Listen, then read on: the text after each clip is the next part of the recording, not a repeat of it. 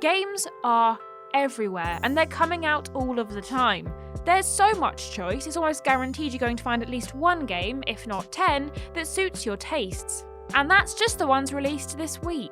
With so many titles launching every year, it's no surprise that some can come and go with very little time in the spotlight. This leads to some titles becoming cult classics. These games are often praised by critics, but have poor sales upon release, and tend to have a small but dedicated fan base. As these fans spread the word, the games gain more recognition as time goes on. Et voila! A cult classic is born. It's just a handful of these cult classics that we're looking at for our list today. All of the games on this list underperformed at time of release, but thanks to their devoted fans and the marvel of the internet, they've become more popular and beloved as time has gone on. I'm Ashton from TripleJump, and here are 10 brilliant cult classic video games that are worth seeking out. Number 10, Deadly Premonition.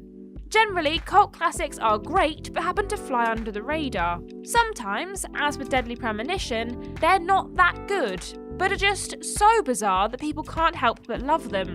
Deadly Premonition is a survival horror game that follows FBI agent Francis York Morgan. Call him York, everyone else does, as he tries to solve a mysterious murder in the small town of Greenvale. The game pays homage to Twin Peaks in the same way a student copying a classmate's homework pays homage to their answers, and so is an intriguing mess. Much of the player's time is spent driving around town while investigating crime scenes, interrogating the locals, and taking on bonkers side quests. The other part involves York fighting through the twisted version of reality called the Other World, and occasionally hiding from main antagonist, the Raincoat Killer. As it quite literally holds the world record for being the most critically divisive survival horror game ever, and is objectively junky in many ways, Deadly Premonition really has to be experienced to be understood. But it definitely won't be for everyone. Players who've been entranced by its bizarre world in the years since its release are aware of this, but love both it and its sequel anyway for their sheer ridiculousness. Sometimes there really is no accounting for taste. Number 9, NieR. In 2017, NieR Automata won audiences over with its existential themes. However, NieR actually appeared much earlier, with the first game in the series releasing in 2010. Two slightly different versions of the game were released in Japan, known as NieR Replicant and NieR Gestalt, but the latter of the two was the only version the West got, and was retitled simply NieR. Technically, it's a spin-off to one of the endings for PS2 titled Drakengard, though it doesn't rely on knowledge of that game. The protagonist and his daughter Yona are searching for a cure for her illness, and are eventually able to use magic to attack monsters known as Shades. However, Yona ends up being taken by the Shadow Lord, and the game jumps ahead 5 years as the protagonist searches for them both. With mixed reviews upon release, NieR didn't initially attract much attention. It has been gaining a following steadily since though, as people have come to appreciate its melancholic story. A remaster with the mouthful of a title, NieR Replicant version 1.2247448739, is the first time the Replicant version has left Japan, and was much better received thanks to NieR Automata's success and established fanbase. If you're one of these newer fans of the series, you can't ignore this game any longer. Number 8, Spec Ops: The Line. The late 2000s and early 2010s were packed to the brim with military shooters, so it's no surprise that when it released in 2012, Spec Ops: The Line had a hard time standing out. Inspired by the novella Heart of Darkness and the film Apocalypse Now, Spec Ops: The Line tells the story of Captain Martin Walker and his squad as they venture through Dubai searching for survivors of the recent sandstorms. The white phosphorus scene is now infamous, and it marks the game's turning point. The journey the entire latter half of the game takes the player on is one of moral quandaries and self-reflection. None of the game's 4 endings are especially happy, and which one the player picks will come down to how they chose to interpret the emotional toll Walker has experienced. Despite its critical acclaim, Spec Ops: The Line performed poorly, thanks to both the previously mentioned overabundance of shooters and the lack of belief that it would have any distinguishing elements. As time has gone on though, people have recognised how the game differs from its peers, and contains one of the most memorable and weighty narratives told in video games. So in more recent years, it has gained a following of fans of great storytelling. Number 7, Sleeping Dogs.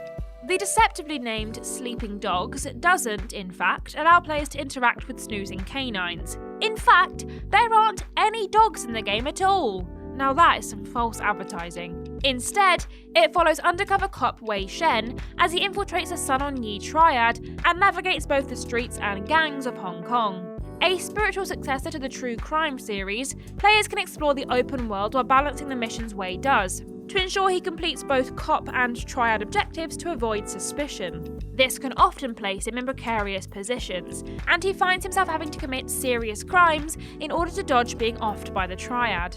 Gameplay-wise, players can expect plenty of gadgets and exploration, as well as combat that makes use of Wei's adeptness at martial arts. Though critics praised the game for being a great example of an open-world adventure, and Square Enix went big with the marketing, the game didn't become the instant hit it was expected to. As the years have passed, word of mouth has helped Sleeping Dogs gain more popularity, earning its fans despite its disappointing initial sales. With a definitive edition released in 2016, it's time to stop sleeping on this title. Number 6. Mad World. The first title ever developed by Platinum Games, famous for the Bayonetta series amongst others, the 2009 Wii release Mad World tells a tale of Jack Kamen, one of several people who've been trapped in the island community of Varagon City by the organisers. These baddies force everyone on the island to participate in Death Watch, a fighting game show which promises a large cash prize. To make things a bit more interesting though, the organisers have also released a virus that will wipe everyone out within one day, with only those who win their fights being given the vaccine. Produced by Atsushi Inaba, who was previously involved with another cult classic of Youthful Joe, and directed by Shigenori Nishikawa, who worked on Resident Evil 4, the game is oozing with personality and focuses almost entirely on combat.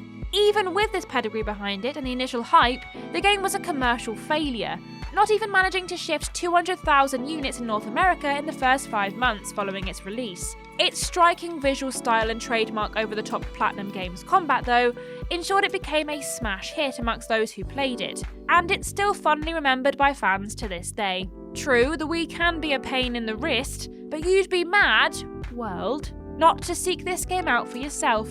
Number 5. Vampire the Masquerade – Bloodlines.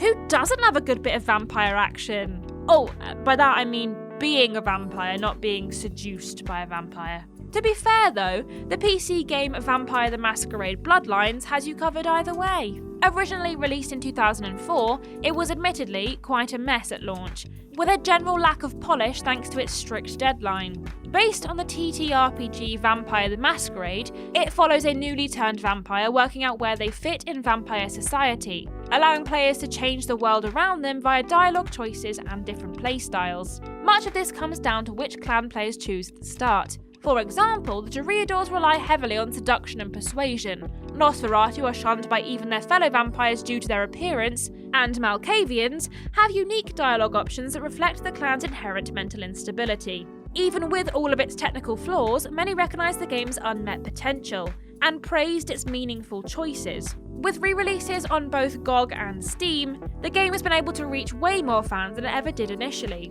With many fan fixes improving the game significantly, and a sequel on the horizon, VTMB still deserves its time in the spotlight, as long as that light isn't the actual sun.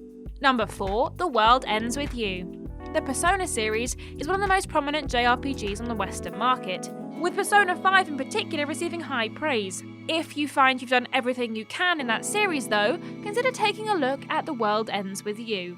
This DS title follows Neku and his allies as they are forced into the Reaper's Game, a competition held among the recently deceased in alternate dimension The Underground. As Neku and friends explore the Tokyo district of Shibuya, they can purchase clothes and food to boost stats, but much of the game will be spent fighting the enemies known collectively as Noise. Combat abilities take the form of psych pins, which allow Neku to perform actions as the player taps or swipes the DS's screen. Even though the game performed fairly well, becoming the best-selling DS title in North America in the week of its release, it never seemed to make a strong impact on gamers overall, despite remaining a favourite of those who tried its unique combat. Thanks to a Switch port and the long-awaited sequel Neo The World Ends With You finally releasing in 2021, the series has been able to pick up more fans in recent years, and makes this game one worth putting a pin in. Number 3. Beyond Good and Evil. We couldn't very well do this list without including this one, could we? It just wouldn't seem right. The 2003 sci-fi action-adventure Beyond Good and Evil follows Jade, an investigative reporter who is determined to find the truth behind the government's apparent inability to deal with the aliens who've been attacking the planet Hylis for centuries. She and friend Paige guard several children who have been orphaned thanks to this invading alien force, and the game opens with their safe haven being attacked. This sets off the game proper, where Jade fights, stealths, and photographs her way through the vast story. Despite being widely critically acclaimed and often considered one of the best games of all time, Beyond Good and Evil was a commercial failure immediately upon release, due to the sheer oversaturation of titles at the time, as well as Ubisoft's stronger marketing push for Prince of Persia: The Sands of Time, which was set for release within the same window. Regardless, pretty much everyone who did play it at launch holds it in high regard, and tends to consider it one of their favourite games ever. With the sequel supposedly still being in development, even more folks have heard about this fantastic title and experienced it for themselves, finally affording it the success it always deserved. Number 2. Psychonauts. To be honest, we could have chosen any of Tim Schafer's masterpieces to put on this list, as most are cult classics. Psychonauts is what we've settled on though, considering it's gotten a sequel and a VR game and is perhaps most relevant to modern audiences. The 2005 game follows Raz, after he decides to run away from the circus life of his parents and become one of the titular Psychonauts, spies who rely heavily on their psychic abilities. Raz sneaks into the Whispering Rock Psychic Summer Camp, where prospective Psychonauts are trained. Unfortunately, he gets caught by the heads of the camp, but is still allowed to participate in basic braining. Eventually, Raz uncovers a plot to remove the campers' brains and place them in tanks. The weaponized kind, not the floating in liquid kind. By jumping into others' psyches and helping them with their personal emotional torments, Raz sets off on a mission to save the camp. Psychonauts sold poorly upon release, only shifting 100,000 copies by the end of 2005. However, with word of mouth and the advent of online marketplaces, Steam in particular, the game gained significant traction, drawing in well over 1 million owners by 2015. Thankfully, this has given the title a second chance at life, and many more fans than originally seemed possible. And number 1, Okami. In the gorgeous action-adventure game Okami, players take on the form of Amaterasu, the Shinto sun goddess, who has taken the form of a wolf. The title has double meaning, as Okami can mean both Great Spirit and Wolf in Japanese. With visuals inspired by the Sumiya art style, which first started appearing in Japan in the 14th century, the story starts with a great warrior Susanoo releasing the demon Orochi who curses the land. Players will then have to guide the divine Pooch and her small artist friend Isun as they try to restore the area and rescue the inhabitants. Gameplay relies on the use of the Celestial Brush and its different strokes for both combat and puzzles. Strokes can be obtained by completing constellations, which will release other gods and goddesses from hiding, allowing them to bestow abilities on Amaterasu. Unfortunately for the game, it was one of the last PS2 titles released, which contributed to its relatively low sales despite extremely high praises, and the Wii version failed to do much better overall. Thanks to the acclaim lavished upon it though, the game is becoming more popular even to this day, with Okami HD selling around 2 million units. Don't brush it off just because it's old, it's definitely still worth experiencing.